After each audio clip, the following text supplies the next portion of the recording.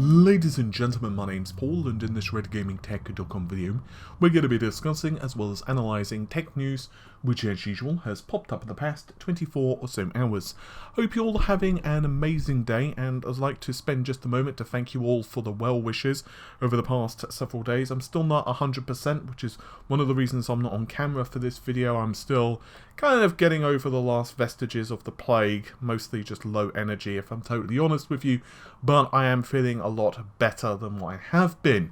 With that said though, we have lots of news to get through, so let's start out with the i9-10900K. There's been a new benchmark which has been discovered by Rogame.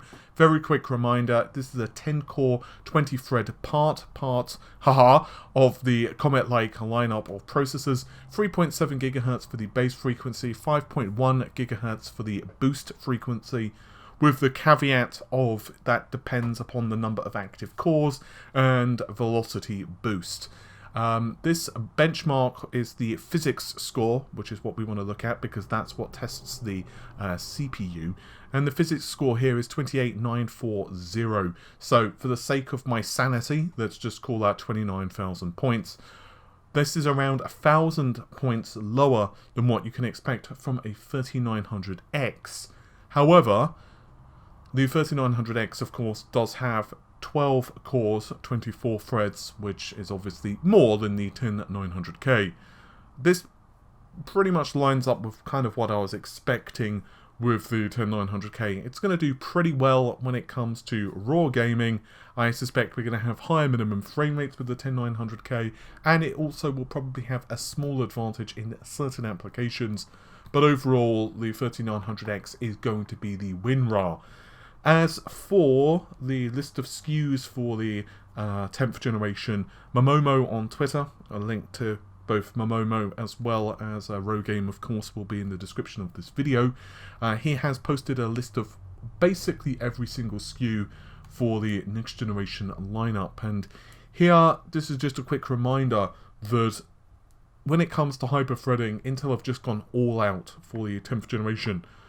I personally believe they should have done it for the 9th generation. I think that they should have had the 9700K as a 6-core, 12-thread part, and obviously the 9900K would have been a 8-core, 16-thread part, and so on, but they didn't, and obviously we can't change that retroactively.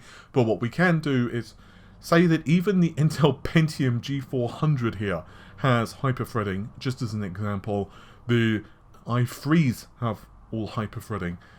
Once again, just Intel needs to do everything they can to get as many threads as possible. Ultimately, it's going to come down to pricing, and I would be very curious to see how Intel plans to compete when Zen 3 launches. I'm hearing at the earliest that Zen 3 is going to launch in Q3, but I personally wouldn't be surprised if it's not Q4.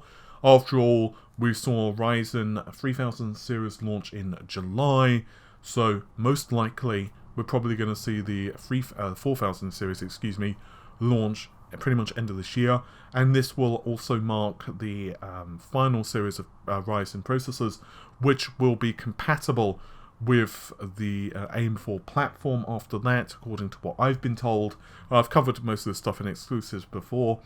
We will shift to the AM5 platform, which will bring about numerous improvements to the platform, including, of course, support for much faster I/O, read faster memory, and obviously that will be of critical importance for the 4000 series. I don't suspect we're going to get any additional cores, but, and there's always that but, the IPC, as I've discussed quite at length before, for the Zen 3 architecture is looking to be really nice, and I suspect the only way Intel can meaningfully compete, assuming we don't see Rocket Lake at that point, and we don't even really know what Rocket Lake is bringing to the table. I really hope for Intel's sake it's not Skylake again. I really hope it is a backport, but other than that, the only thing they can really do is lower the prices as much as possible.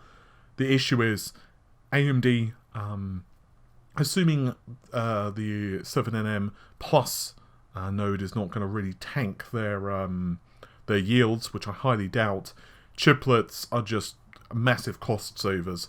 So technically speaking, AMD have a really good opportunity to compete in price as well. So yeah, Intel are going to be in a bit of a world of hurt for the short term. The good news is though, I believe in the later part of, in a couple of years, excuse me, when we start seeing Willow Cove, for example, launch and so on, things will be a little bit different. And hopefully they'll be able to compete more meaningfully. While I'm on the subject of Intel, I figure I might as well mention something that relates to their GPUs. It's a very small update, but we saw some benchmarks of the Intel Gen 12 graphics. This looks like it's DG1 to me, though potentially it could be a Tiger Lake mobile platform, because it does specifically state mobile graphics, but it's more the clock frequency, which kind of makes me think, that's probably DG1. DG1 is a development GPU, and while it does have the same basic fundamental architecture as we'll see from the discrete GPUs which launch later this year, the difference here is that, well, it's really pared back. So we have 3 GB of memory, which, by the way, is another reason that I think it's a discrete GPU. I guess technically speaking, depending on how it's split up, it could be they've dedicated 3 GB of memory to it as well, but that's not exactly as likely. Anyway, basically DG1 is using a development philosophy where a user can basically plonk the GPU into any testbed and they'll be able to understand the underlying architecture for XE/Gen 12. So it's pretty cool, but the number of compute units or execution units, to use Intel's specific term, will definitely see a rather large ramp up for the final GPUs, and it looks like we're looking for the kind of mid-tier GPUs is going to be 512 execution units, and for the higher end ones, for gaming anyway, it's going to be 2 tiles or 2 chiplets, and each chiplet has 512 execution units. And now we're going to shift our focus on to the next generation consoles. There's been a discussion regarding the CPU performance of the next generation consoles, and I got tagged in it and asked my opinion, because an analyst, John Prendergast, has come to the conclusion that the Xbox Series X CPU performance is going to be roughly on par with the Ryzen 5 1600/1600AF. So I'll link his blog in the video description, and you can of course read through his full analysis. It's a pretty lengthy analysis, so I'm just going to kind of give my thoughts and conclusions rather than go through the entire thing, which I would normally do, because it's more of a news video. But I don't really agree with his assessment.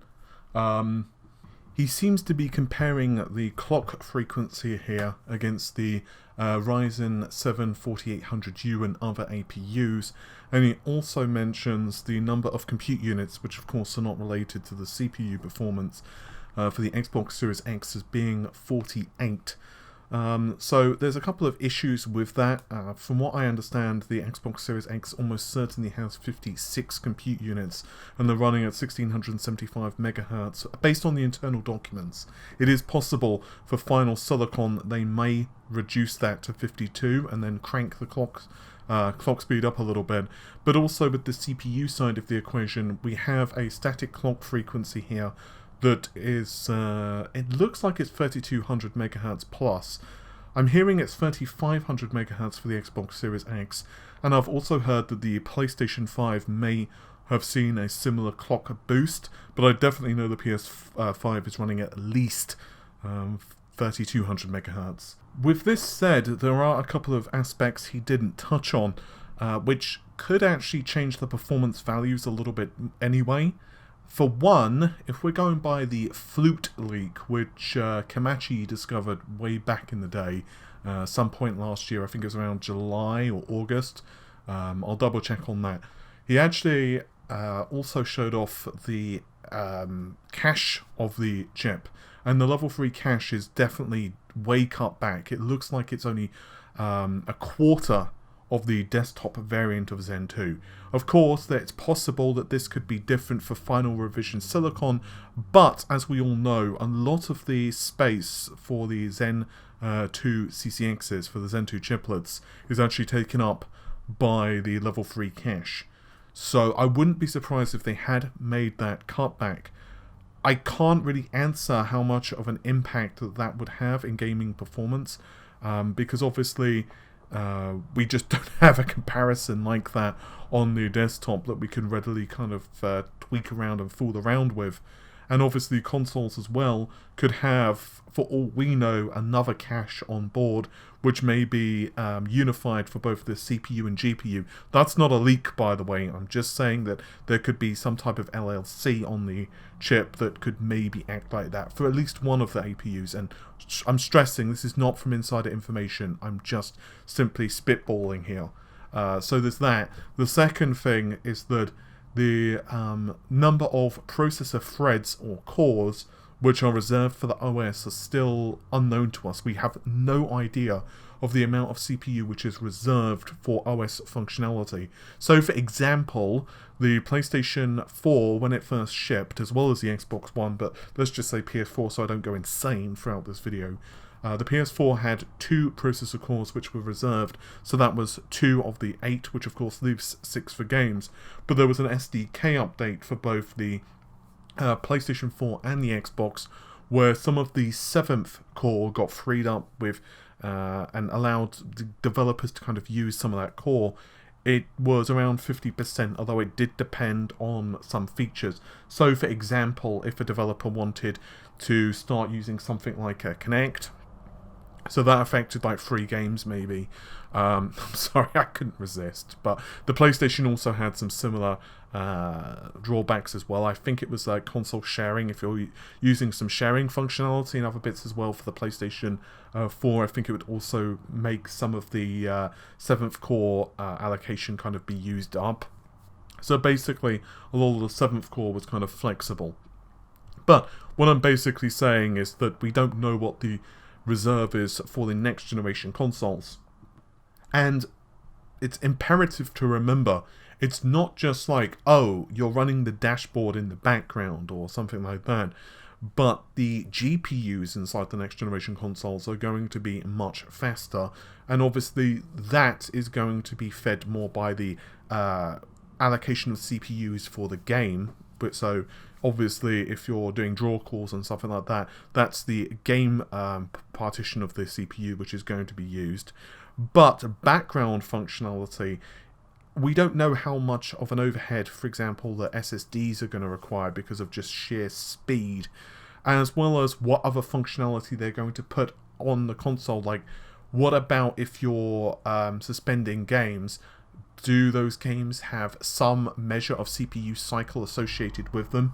We've seen Sony have a patent where if you're running, let's say, Call of Duty, and you're waiting for your match to start, you could play something else in the short term, and then when your match is ready, you just press a button and it just kind of pushes you straight in.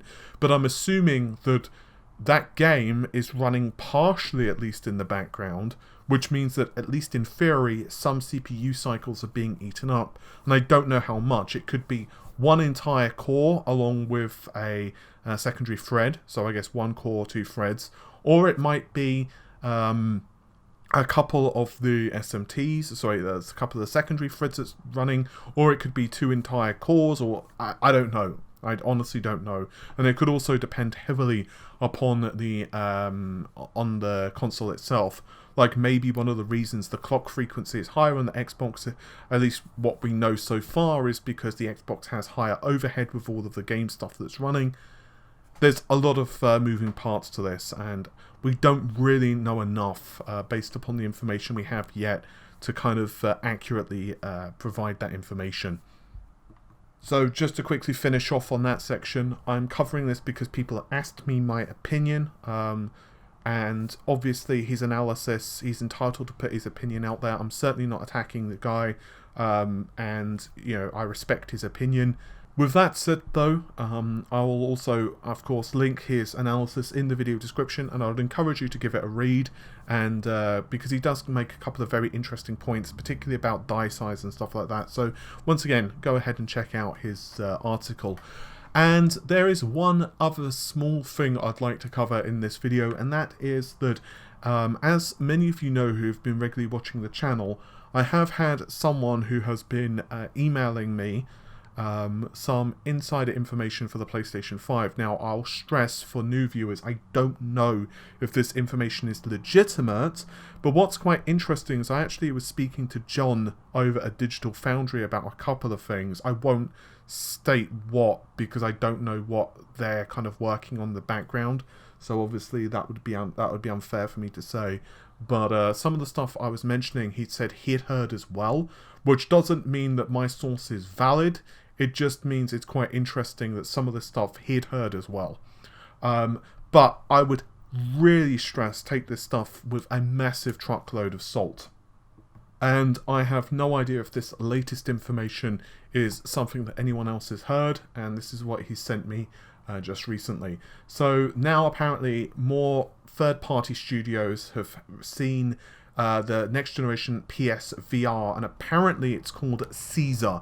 There's still a disagreement in the United States and the Tokyo or Japanese division of Sony regarding the memory clock frequency for the PlayStation 5.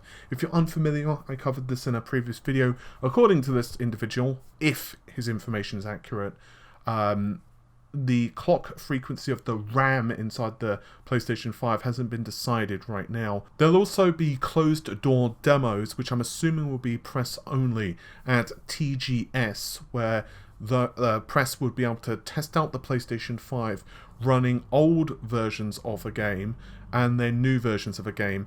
He'd mentioned to me in a previous email that internally Sony have been showing some developers, third-party developers, kind of demos of games which had been running kind of like with, you know, legacy technology, and then also showing them with like ray tracing and all of the other shiny bits and pieces for the next generation. So it looks like at TGS anyway.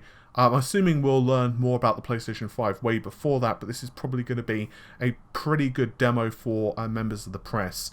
Finally, according to him, the specification of the console is still not 100% finalized. That's not surprising, honestly. I don't think he's necessarily referring even to the number of compute units. I suspect all of that stuff is finalized. However, here I think he's referring to the clock frequency of the console. Most likely, final clocks have not been decided for either machine. I think that's the same for the Xbox as well. I honestly wouldn't be surprised if the 1675 MHz figure of the GPU that I mentioned earlier may be cranked up a little bit if they feel they can for retail consoles. And I suspect that Sony are going to try and figure out what they can do for the CPU, if they can push it up anymore. And as I mentioned, the memory configuration, the clock frequency there is still being decided. Finally, the console is really utilizing foveated rendering for PSVR, and it's apparently really imperative to get the latency as low as possible. What foveated rendering is, for those who are unfamiliar, we actually have seen some patents of foveated rendering previously from Sony, but basically what it does is it tracks your gaze, I guess you could say, for VR solutions. And foveated rendering is not like a Sony solution. It's pretty well known in virtual reality. And what it does is it basically tracks your gaze, and then whatever you're focused on, it will push most of the rendering performance to that. And then outside your peripheral vision, it can worry less about spending resources on those things, because obviously you see things that are in your peripheral vision with less detail. So this is a little bit like variable rate shading that I've discussed at length several times before, but the difference here is, of course, foveated rendering is specifically designed around virtual reality.